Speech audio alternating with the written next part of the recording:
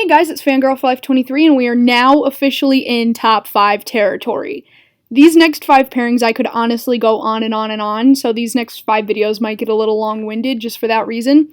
So bear with me. Kicking things off with number 5 is Yumi Miyamoto and Shukichi Haneda from Detective Conan.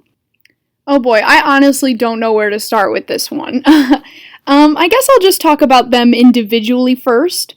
So, we start with Yumi, okay? Basically, she's one of the few female police officers in the show, and she's basically a compulsive tease. Like, anybody in the office who's in a relationship, she will tease you, flirt, like, do whatever she can. She has done really hilarious things.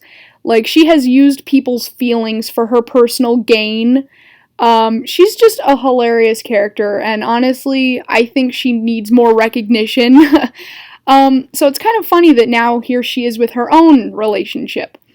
So then we've got Shukichi. Basically, he is a professional shogi player, and for those who don't know, because shogi is like a Japanese thing, it's basically like chess, kind of.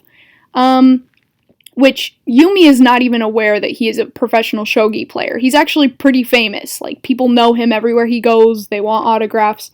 So, yeah, that's something she doesn't know.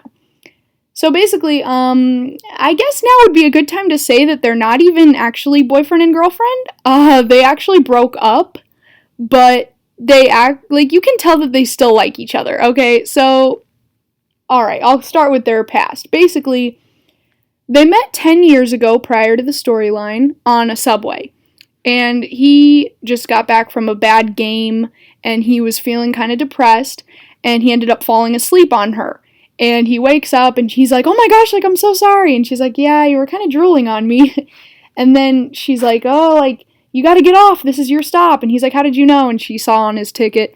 And then he realized that she had waited for him, like, she had passed her stop, but she waited for him to wake up, and he's like, why did you wait for me? And she's like, because your sleeping face was just so cute. It's like, like, she is so, like, like, as soon as I read that, I was, like, already in love.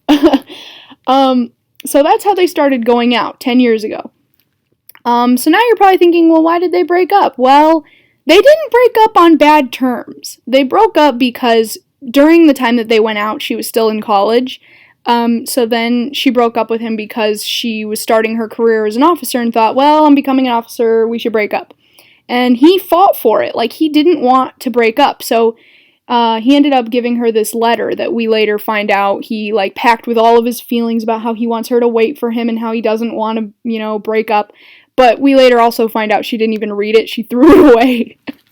But anyway, he didn't want to break up, so he told her, like, until I collect all 7, which we find out are the 7 shogi titles, because he was doing it to impress her or something, he's like, don't open this until I collect all 7, and he kept her waiting for God knows how long, so she just broke up with him, like, okay, we're done. Anyway, so after all these years, they've broken up, but then a case comes up at his apartment, and they are reunited, and he gets all excited, like, Yumi-tan! And she's all like, oh, like, he's my ex-boyfriend, and they're all like, what the heck? And, like, it's just hilarious. Shukichi is not fazed by the fact that they are ex-boyfriend and girlfriend. In fact, he still acts as though they are dating, as if nothing happened, like, as if after all these years, they're still together. And this kind of irritates her, because she's very adamant that he's her ex-boyfriend. And he calls her Yumi-tan, which tan is basically the Japanese suffix you would use on a girlfriend, and she calls him Chuukichi. She kind of adds like a chu sound instead of Shukichi. I don't know how to explain it. It's Japanese stuff. But anyway, yeah, so because they still call each other by their cute little nicknames they have for each other, it further hints, especially on Yumi's part, that she still has feelings for him. I mean, it's obvious he still loves her, because he's very committed to her, like, even after all this time, even after all the crap she puts him through, like, he still loves her, and I think that's really cute. But anyway, this case comes and goes. It's very awkward for Yumi, because obviously she's with her ex-boyfriend who she doesn't really want to be around. She even at one point tries to accuse him of being the culprit, even though he's not, obviously. But I just think their relationship is kind of a funny apt twist because, like I mentioned earlier, Yumi is the tease who has teased all these people about their love lives, and yet here she is with probably the most complex one so far. It's just kind of ironic. So the final point to bring up with Yumi and Chuukichi is when she gets kidnapped. It's only in the manga. The anime is about to come out with it. I was going to wait to make this video for that reason, but I've just decided I can't wait anymore. So basically, Yumi gets kidnapped, and it's up to Shukichi to save her.